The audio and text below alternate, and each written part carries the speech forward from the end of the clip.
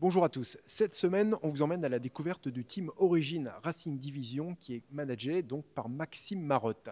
On va en profiter pour vous présenter le théorème FS qui équipe le team cette saison et surtout vous expliquer comment on fait pour partir d'un cadre de base vendu chez Origin pour arriver à un modèle qui roule en Coupe du Monde, compétition cross-country. On vous explique tout ça avec Maxime Marotte en invité de qualité. C'est parti.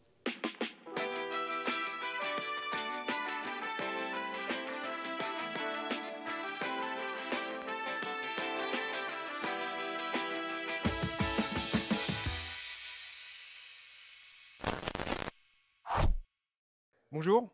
Bonjour. Bienvenue dans ce nouveau métier, fraîchement reconverti, jeune retraité, et tu es donc désormais team manager du team Origin Racing Division. Déjà, est-ce que tu peux nous parler un petit peu de cette reconversion rapidement, ce que ça représente pour toi? Ça s'est fait assez naturellement en fait.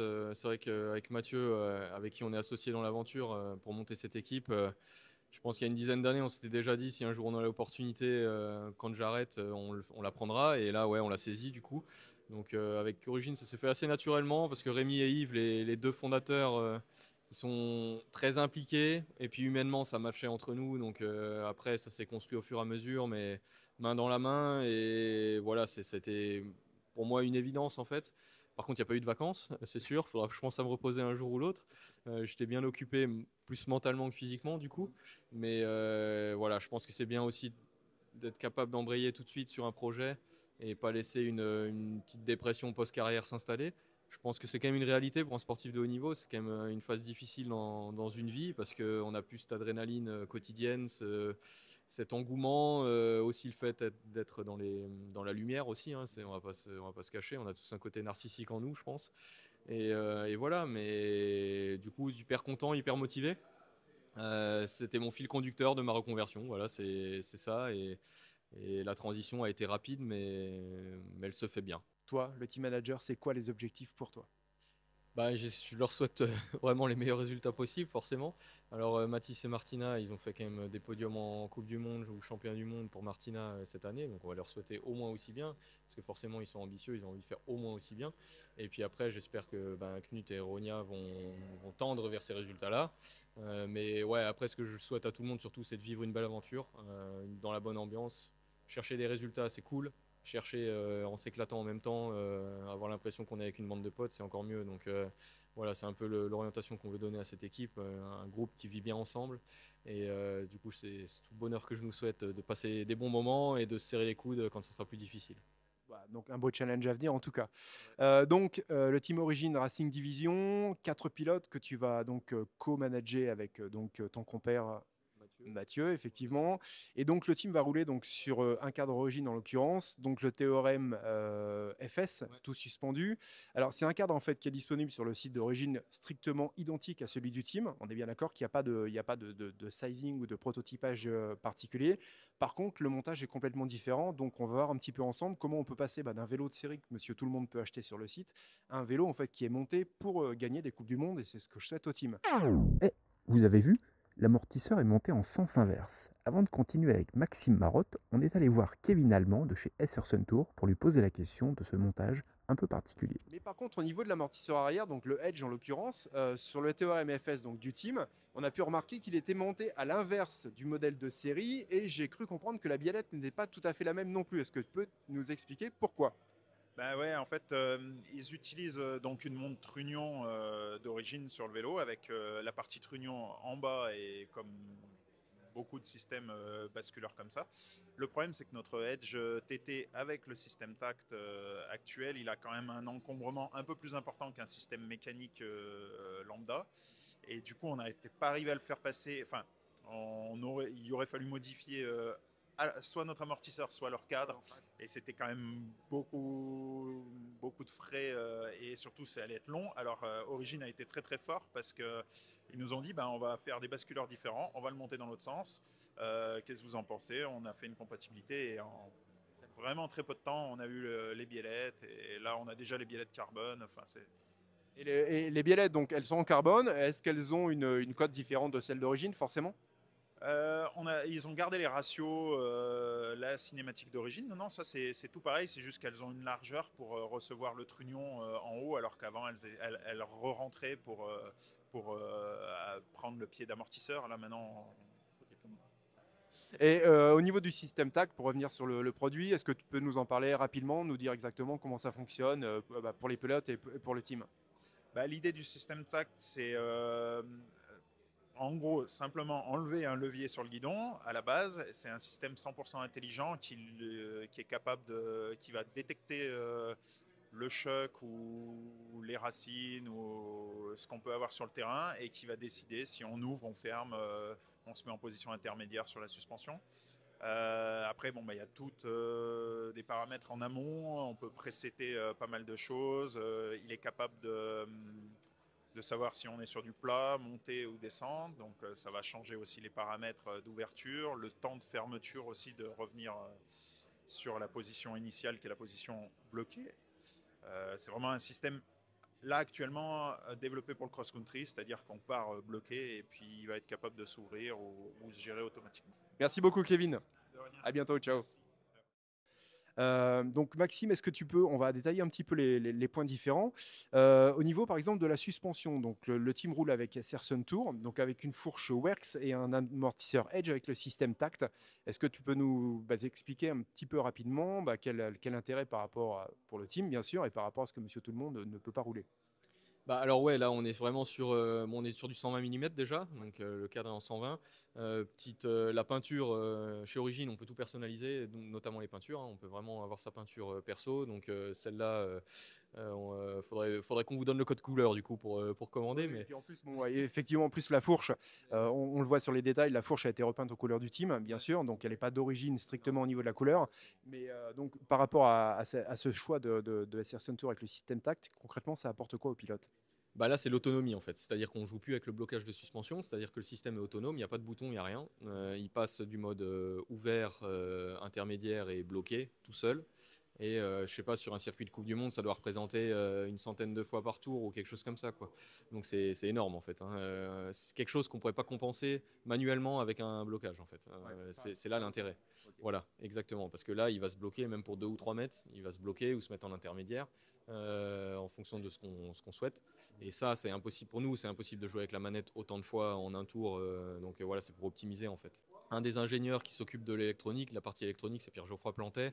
J'étais avec lui en équipe de France il y a bien longtemps. Il fait toujours quand même des courses de cross, pas au niveau international, mais toujours à un très très bon niveau. Donc voilà, il y a une proximité et des échanges hyper intéressants. Voilà, on est vraiment en contact avec eux. On fait des retours, ils font des modifications, etc. Donc on est dans une phase de développement hyper intéressante. Alors justement, au niveau des modifications, j'ai cru comprendre qu'effectivement, il y avait eu des demandes particulières par rapport à certains pilotes au niveau des settings, surtout du software. Par exemple, si on prend l'exemple de Matisse, quelles ont été ces demandes par rapport au logiciel de base, par rapport à ce dont il avait besoin en course? Globalement, on est allé sur quelque chose de plus sensible. On voulait que le déclenchement de la fourche se fasse plus facilement, donc pour plus de confort, être un peu moins secoué entre guillemets.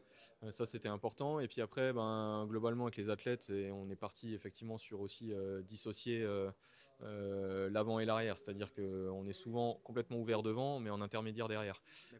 Par exemple, si une montée est très raide, si on est en intermédiaire devant, on avait un peu de mal à piloter parce qu'on a beaucoup de poids sur l'arrière. On tape un peu sur l'avant, un peu les pierres, et en fait de dissocier ça, de mettre full open devant, ça permettait de garder quand même plus le contrôle dans ces montées raides. C'est un exemple, mais il y en a d'autres. Mais voilà, et par contre garder une certaine efficacité à l'arrière en fait. Donc voilà, c'est une des demandes. Après sur l'hydraulique, il y a eu pas mal de travail aussi. Parce que la fourche stock d'origine correspondait pas forcément à ce que les athlètes recherchaient, notamment les femmes ou Matisse. Ils demandaient moins de support hydraulique, moins de maintien hydraulique pour rentrer un peu plus vite dans le débattement et avoir quand même une sensation un peu plus confortable en début de course. Alors que Knut, par exemple, lui, il était assez plus proche de la version stock parce qu'il a une potence assez longue, il a une position très très agressive où il a beaucoup de poids sur l'avant, ce qui permettait, où du coup il avait ce besoin d'avoir du maintien hydraulique quand même présent parce que son poids était vraiment shifté sur l'avant. Et c'est le cas notamment aussi Tom Pidcock qui a roulé avec Sun Tour, qui était champion olympique avec Sun Tour, où il a un pilotage aussi très agressif, très sur l'avant, où effectivement lui du maintien hydraulique c'était très intéressant pour lui, très important. Donc voilà, c'est vrai qu'il y a différents profils et après c'est ça qui est bien avec Sun Tour, c'est qu'on adapte en fonction du pilotage. Maxime, on vient juste de parler du poste de pilotage. Donc là, en l'occurrence, on est sur un poste de pilotage Envy avec un cintre Envy carbone, un cintre avec un rise inversé et une potence en fait qui est montée au plus proche du jeu de direction sans bague. Alors c'est quoi l'intérêt? Est-ce qu'il y a besoin de compenser la hauteur de la fourche par rapport au vélo ou est-ce que c'est une demande de positionnement des pilotes? Parce que tu parlais par exemple de Knut ou Tom Pidcock. Pourquoi ce choix? Là, on est vraiment de la position. C'est vraiment ça qui guide ses choix. Depuis qu'on est passé au 29, forcément, les vélos sont un peu remontés sur l'avant. Alors, les constructeurs essaient de faire des douilles le plus petit possible. Celle-là, elle est très petite, hein, elle fait 90 mm. C'est parmi ce qu'il y a de plus petit sur la taille S et M. Mais par contre, ouais, nous, en plus avec le 120 mm, on est passé de 100 à 120 mm, donc les vélos ont gagné en hauteur. Par contre, nous, il y a quand même une notion de position pour délivrer le plus de watts possible.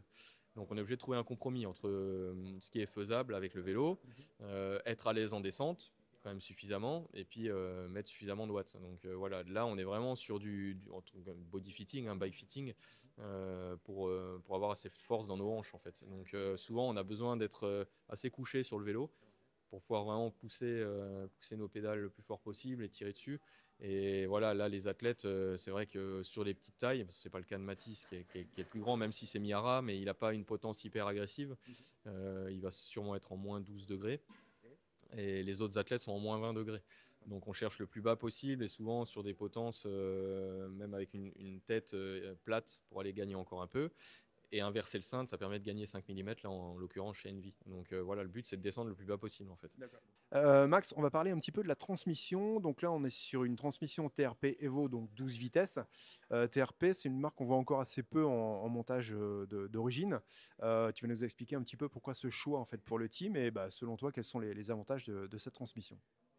TRP, pour moi, déjà, j'ai commencé à travailler avec eux il y a 2 ans dans mon ancienne équipe pour les freins. Les freins, il y a plus, je pense que leur réputation elle est faite hein, de ce côté-là. C'est bien connu que c'est des freins qui sont puissants, qui sont faciles à rouler, qui donnent un excellent retour d'information. C'est notamment le cas sur le dernier modèle que vous avez là qui va sortir bientôt. On a vraiment un feedback du terrain qui est incroyable, quoi. Vraiment un toucher incroyable. Et après, ils ont développé une transmission. Alors, on n'est pas les premiers à rouler dessus, hein. Il y a déjà des teams d'enduro qui ont roulé dessus, des teams de DH, teams de cross-country aussi, team élite de cross-country qui ont déjà roulé dessus. Mais moi, j'ai déjà un excellent contact avec les gens sur le terrain de TRP. Donc, je pense à Jean-Pierre et Oscar. Et du coup, le contact s'est fait comme ça. Le projet, ils nous ont parlé du projet de la transmission, où ça en était, l'avenir, comment ils en étaient arrivés là. Entre-temps, moi, j'ai eu l'occasion de tester la transmission aussi. Clairement, pour moi, ça marchait vraiment bien. Donc, je ne voyais pas ça comme un frein à un podium en Coupe du Monde ou quelque chose comme ça. Et après, ce que j'ai aimé chez eux, c'est vraiment la volonté de progresser ensemble. C'est vraiment la partie développement, l'envie de développer avec l'équipe, de faire des tests, d'avoir un impact sur le développement du matériel. Donc ça, c'est quelque chose qui me plaisait vraiment. Et de voir en fait les moyens qu'ils ont derrière. Parce que TRP, c'est Tektro Racing Product. Donc c'est Tektro. Tektro, c'est, si je dis pas de bêtises, un peu moins de 15 millions de freins par an. Donc c'est pas une petite boîte. C'est très gros. Il y a vraiment toute une armada d'ingénieurs derrière qui améliorent sans cesse. Donc voilà, j'ai eu l'occasion de tester des cassettes, des plateaux, ce genre de choses. Et on est vraiment dans l'amélioration continue. Je trouvais ça hyper intéressant. Ils ont un objectif clair, devenir un poids lourd de la transmission. Ils s'en cachent pas. Ils sont ambitieux. Peut-être qu'il y a des gens qui en doutent, mais en tout cas, nous, tous les coureurs ont été extrêmement surpris par la qualité de la transmission. Ça a été un des premiers retours quand ils sont montés sur le vélo, à dire purée, la transmission, ça marche bien. On est content. On s'attendait peut-être pas à un tel niveau d'entrée de la part de TRP en fait. On va parler un petit peu du train roulant, donc à la fois des jantes, donc Envy en l'occurrence, marque américaine, et les pneus, donc le choix de Michelin. On commence par Michelin. Alors pourquoi le choix de Michelin? C'est vrai que c'est une marque qu'on voit moins en compétition et même peut-être en grand public.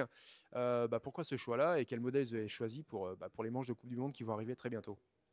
Michelin, ça fait quand même rêver pas mal de gens parce que c'est quand même une belle boîte française, une grosse boîte française avec d'importants moyens. C'est vrai qu'ils avaient peut-être un peu perdu de vitesse en XC ces dernières années, mais pour ceux qui suivent la Coupe du Monde, on voit bien que là, depuis un an et demi, ils ont remis beaucoup de moyens dans le développement. Ils sont devenus sponsor titre, un des sponsors principaux de la Coupe du Monde. Donc voilà, il y a une volonté d'être présent à ce niveau-là. Il y a pas mal de développement qui a été fait cette année. Il y a des choses qui vont, avec les teams qu'ils avaient du coup en 2024. Hein. Du coup, il y a pas mal de choses qui vont arriver en 2025. On ne peut pas parler de tout. Ce serait bien un petit peu de teasing, non? Une petite info là, comme ça, vite fait. Des nouveaux modèles ou... Comme d'habitude, il y a des gens qui observent très bien sur Internet, donc je suis sûr qu'ils se feront une joie de regarder. Mais là, voilà, on est sur un Jet XC2, modèle actuellement vendu. On est en 2.35. Voilà, c'est ça avec ça qu'on a commencé à rouler en tout cas. Nous, on a commencé à donner nos premiers retours parce qu'on vient tous de marques de pneus différentes. Donc forcément, on compare avec ce qu'on avait avant. On leur donne des pistes, on leur donne un feedback complètement subjectif, mais qui peut leur permettre à eux d'avancer dans quelle direction, etc. Et de confirmer les avancées qu'ils ont pu faire entre-temps. Donc voilà, on est là-dessus. Et puis Michelin, c'est quand même une boîte qui a toujours été, qui a la compétition dans l'âme, dans l'ADN, c'est l'ADN de la marque, qui a envie de développer. Donc là-dessus, ouais, je pense qu'on va se régaler. Le train roulant, donc les roues Envy également, donc marque américaine que tout le monde connaît. Alors là, en l'occurrence, donc les MS5 carbone. Encore une fois, pourquoi ce choix de la marque et du modèle? Envy, moi j'ai gardé une bonne relation avec ma période Cannondale. J'ai passé 4 ans en Envy. Donc voilà, il y a une proximité. Et finalement, il y a beaucoup de gens qui sont toujours dans la boîte. Et après, ils ont quand même, notamment beaucoup en route, hein, parce qu'ils ont vraiment une réputation très importante, notamment avec Pogacar. Et puis après, en VTT, c'est vrai qu'ils ont écrit des belles pages de l'histoire du VTT, que ce soit en DH, en enduro ou en cross. Il y a eu des belles choses. C'est une marque qui a toujours été très novatrice. Hein. C'est un fabricant de roues, 100% spécialisé là-dedans pendant longtemps. Et puis après, ils ont un peu diversifié, mais ils ont une vraie compétence. C'est toujours des roues qui sont faites aux US chez eux en Utah. Et du coup, il y a une grosse réactivité par rapport au développement. C'est-à-dire que là, les roues, je crois qu'ils ont passé 2-3 ans à les développer. Ils ont fait énormément d'essais parce qu'ils ont cette capacité à faire sur place, en fait, donc à tout essayer. Et du coup, le modèle a été lancé à l'automne, il me semble. Et maintenant, voilà, ils ont besoin de l'équipe aussi pour montrer ce modèle et puis pour développer les futurs, parce que ça ne s'arrête jamais le développement. Mais Envy, pour nous, c'est vraiment une marque premium dans la roue. Hein. On est hyper léger, on est rigide en latéral. Elles sont quand même en frontale, elles absorbent bien, donc c'est pas un bout de bois, donc ça nous permet de bien garder notre ligne, d'être précis.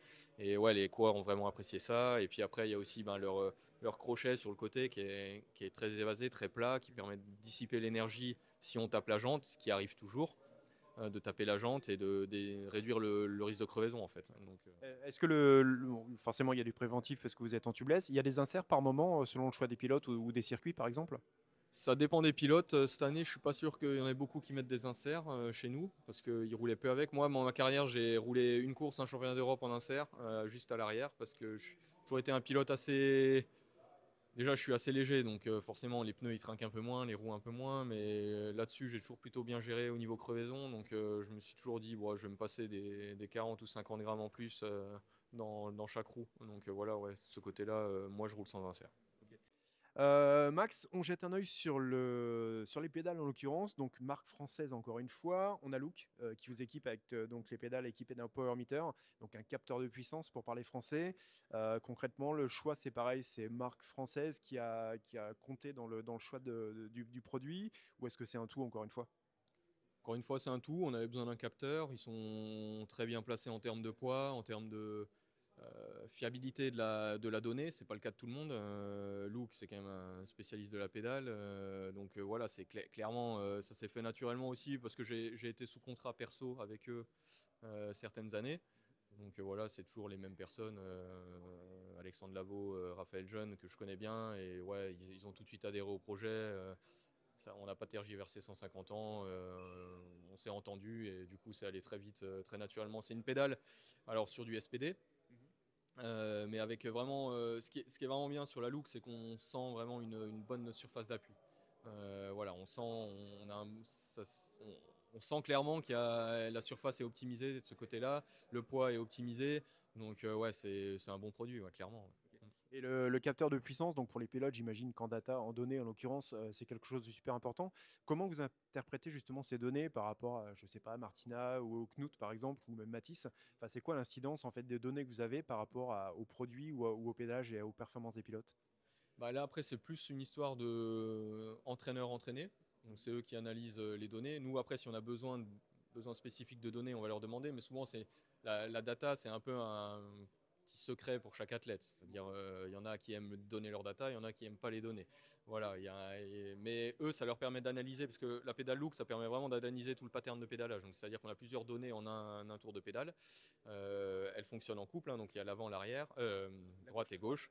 Et du coup, ça permet aussi de voir les incidences en asymétrie, en fait, si on est plus fort à gauche, plus fort à droite, mais de manière précise, parce qu'il y a des capteurs qui font des estimations. Là, on est sur de la vraie donnée. Donc, ça peut être intéressant. C'est hyper intéressant pour les kinés ou les ostéos, parce que des fois, si on voit qu'il y a... tout le monde n'est pas à 50-50. Hein. Mais par exemple, moi, je suis souvent à 51-49 ou 50-50. Par contre, dès que je suis à 48 ou 47 et 52 ou 53, pour moi, c'est une alerte. Ça veut dire qu'il y a peut-être... Il faut que j'aille faire un tour chez le kiné parce que j'ai peut-être le bassin qui a bougé, j'ai peut-être une hanche bloquée, il y a peut-être quelque chose et avant d'avoir mal à un genou ou compenser ailleurs, avoir une douleur cervicale ou quelque chose, parce que ça a de l'incidence sur tout le corps, et ben je vais voir le kiné en préventif en fait. Donc là, ça peut être intéressant sur de la blessure en fait. Ouais. Et du retour de blessure aussi pour si on a. Mathis s'est blessé au genou cette année, il avait des points de suture au genou, donc voilà. Après, ça permet aussi de voir si l'athlète ne compense pas trop avec une jambe et aggrave sa situation au moment de la reprise, par exemple. Donc, voilà. Ouais, je pensais pas que l'incidence pouvait être aussi sur le plan médical, ou enfin préparation forcément, mais j'étais plus axé sur la performance.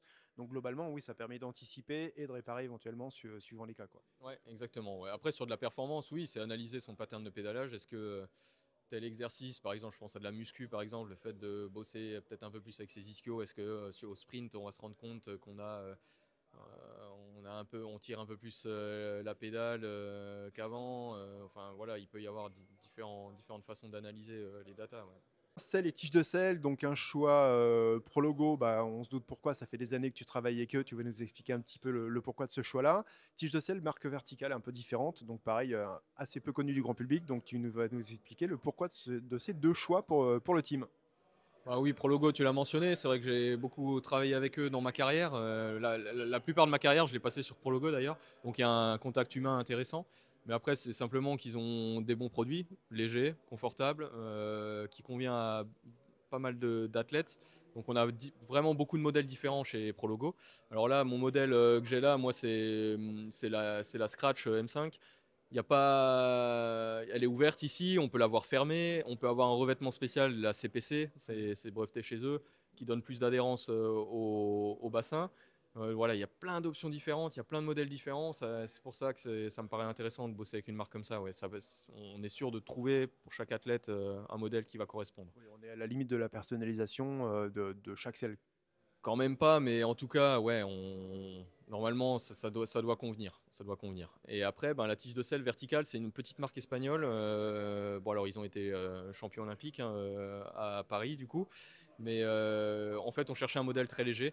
Parce que les tiges de sel, on peut vite avoir pas mal de poids. C'est compliqué de trouver une marque bien légère.